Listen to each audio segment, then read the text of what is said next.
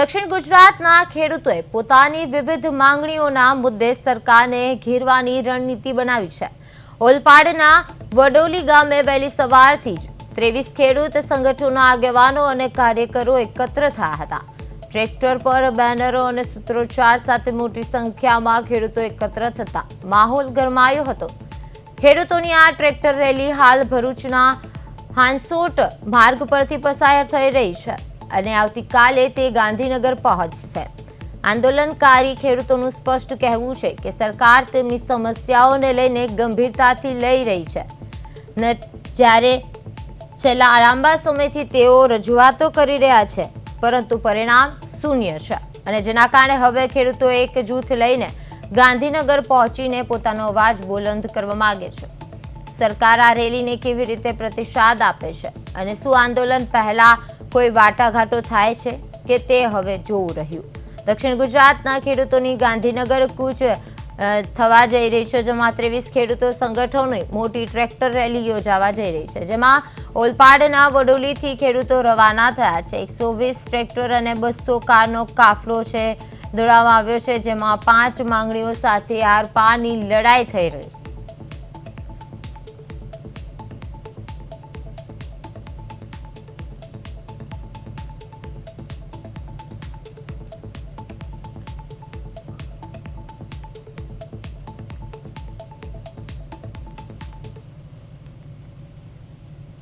ગુજરાતના 23 કિસાન સંગઠનો અને કિસાન કોંગ્રેસ ભેગી થઈને આજે ગુજરાતના ખેડૂતોના સમસ્યાના નિરાકરણ માટે ગાંધીનગર કૂચ કરી રહ્યા છે।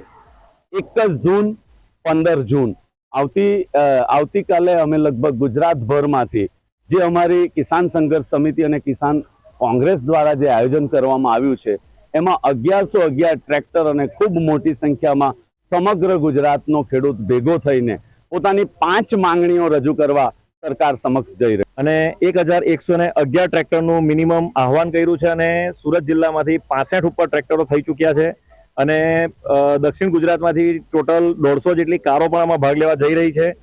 અને અમારી માંગણી છે કે જે છેલ્લા 3 વર્ષથી વીજ ટ્રાન્સમિશન લાઇનના કંપનીઓ પોલીસનો બળ પ્રયોગ કરી ખેડૂતોનું જે શોષણ કરે છે અને બજાર કિંમતની જગ્યાએ જે જંત્રી આપવાની વાત કરે છે એ આંદોલન છેલ્લા 3 વર્ષથી અલગ અલગ જિલ્લાઓમાં સ્કેટર્ડ ચાલતું હતું, પરંતુ એની કોઈ માંગણીઓ એને ધ્યાને ન લેવાતા આજે ખેડૂતોને ફરજ પડી છે કે ગાંધીનગરમાં ધામો નાખી અને અમારી જે માંગણીઓ છે એનો અવાજ બુલંદ। 2.5 વર્ષથી ગુજરાતમાં વીજ ટ્રાન્સમિશન લાઇનનો જે પ્રશ્ન છે એને લઈને એક પ્રશ્ન છે। વીજ ટ્રાન્સમિશન લાઇનમાં પોલીસ અને પ્રશાસન ખેડૂતોને જોર-જુલમ ગુજારીને કોઈ પણ જાતની પરવાનગી વિના ખેડૂતોના ખેતરમાં જઈને અને ટાવર નાખે છે, એ પ્રશ્ન છે।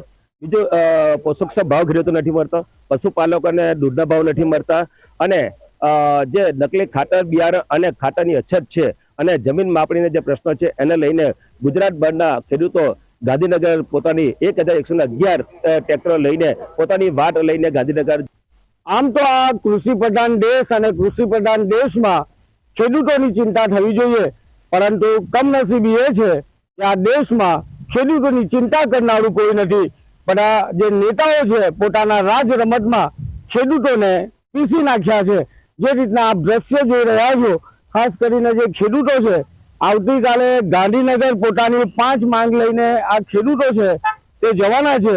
ટ્રેક્ટર રેલીમાં તેઓ 1111 ટ્રેક્ટરો 150 થી 200 વાહનો લઈને તેઓ ગાંધીનગર જવાના છે અને ખેડૂતો પોતાની માંગ મૂકવાના છે। ઉત્તર ગુજરાત હોય, દક્ષિણ ગુજરાત હોય, મધ્ય ગુજરાત હોય, તમામ જગ્યા પરથી જે ગામડાના ખેડૂતો છે પોતાની માંગ લઈને તેઓ છે તે ગાંધીનગર જવાના છે અને સરકારને તે સામે તેઓ પોતાની માંગ મૂકવાના છે। ખેડૂતો કહી રહ્યા છે કે જે રીતે ગુજરાતના જે ફળદ્રુપ જમીન આવી છે અને ફળદ્રુપ જમીનની અંદરથી જે રીતે ખેડૂતોને જે રીતે એમની જમીનમાંથી પાવર ગ્રીડ હોય અનેક વિકાસના નામે જે લાઈનો પસાર થઈ રહી છે અને એના કારણે ખેડૂતોની જે હાલત છે તે બદથી બદતર થઈ રહી છે। આજે ખેડૂતો લડી લેવાના મૂડમાં છે અને ખેડૂતો દક્ષિણ ગુજરાતનો ખેડૂત છે તે આજે ઓલપાડના વડોલી સર્કલ ખાતે તેઓ ભેગા થયા છે અને ત્યાંથી તેઓ ગાંધીનગર જવા રવાના થવાના છે। પરંતુ તેઓની જે માંગ છે સતત ખેડૂત છે તે લડતો રહ્યો છે અને ખેડૂત એક જ માંગ કરી રહ્યો છે કે ગુજરાતના ખેડૂતો લાચાર નથી, ગુજરાતના ખેડૂતો લડી લેવાના છે અને આ જ ગુજરાતના ખેડૂતો જસભાઈ ખેડૂતો જે રીતે ખેડૂતો માંગ કરી રહ્યા છે, સરકાર છે ઉદ્યોગપતિઓને છાવરી રહી છે અને ખેડૂતોની મજાક ઉડાવી રહી છે વિકાસના નામે, શું કહેશો? બિલકુલ કિરણભાઈ, આપની વાત સાથે સંમત છું અને ખેડૂત જગતનો તાત છે. અમે જગતના તાત છીએ અને જગતના પેટનો ખાડો પૂરીએ છીએ. અમારી વાત અત્યારે કેન્દ્ર સરકારમાં બેઠેલી, સત્તામાં બેઠેલી ભારતીય જનતા પાર્ટી, નરેન્દ્રભાઈ મોદીની સરકાર, ગુજરાતની અંદર છેલ્લા 25 થી વધારે વર્ષથી જે ભારતીય જનતા પાર્ટીની સરકાર છે, ગુજરાતના ખેડૂતો ઉપર અત્યાચાર કરી રહી છે. રામ મંદિરના નામે ખેડૂતને ખૂબ ગુમરાહ કર્યો. હવે ખેડૂતના પોતાને ખબર પડી છે કે મારો હક અને અધિકાર શું છે, મને કઈ રીતે MSP મળવી જોઈએ, મને કઈ રીતે પોષણક્ષમ ભાવો મળવા જોઈએ, મારા ખેતરમાં થાંભલો ઊભો થાય અને મને કોઈ વળતર નહીં મળે. આ બધી વાતથી ગુજરાતનો અને સમગ્ર દેશનો ખેડૂત આક્રોશિત છે અને એ પોતાનો આક્રોશ આવતીકાલે ગાંધીનગરમાં રજૂ કરે. ભૂતકાળમાં જે રીતે બારડોલીથી સત્યાગ્રહ શરૂ થયેલા હતા અંગ્રેજો વિરોધની લડાઈમાં, અને ફરી એક આંદોલન સરકારની જે ખેડૂત વિરોધી નીતિ છે તેની સામે હવે ટ્રેક્ટરો લઈને ખેડૂત મોરચો લઈને નીકળવાના છે અને 15 તારીખે એટલે આવતીકાલે ખેડૂતો છે તે ગાંધીનગર પહોંચવાના છે. સરકારની જે નીતિઓ છે તે ખેડૂત વિરોધી નીતિ હોવાની વાતો ખાસ કરીને જે ખેડૂત આગેવાનો કરી રહ્યા છે, જે રીતના આપ દ્રશ્ય જોઈ રહ્યા છો, ખેડૂતો પોતાના હિતની વાતો સાથે તેઓ હવે ગાંધીનગર તરફ જવાના છે. અને જે રીતે આપ જોઈ રહ્યા છો, કિસાન સંઘર્ષ સમિતિ ગુજરાત ખાસ કરીને ચાલો ગાંધીનગર ખેડૂત અધિકાર યાત્રા, એટલે કે આ ખેડૂત અધિકાર યાત્રા લઈને તેઓ નીકળવાના છે. અને ખાસ કરીને ખેડૂતોની એક જ માંગ છે કે જ્યારે ખેડૂતો પર આફત આવી છે, ના તો અંગ્રેજ ફાવ્યો છે ના સરકાર ફાવી છે.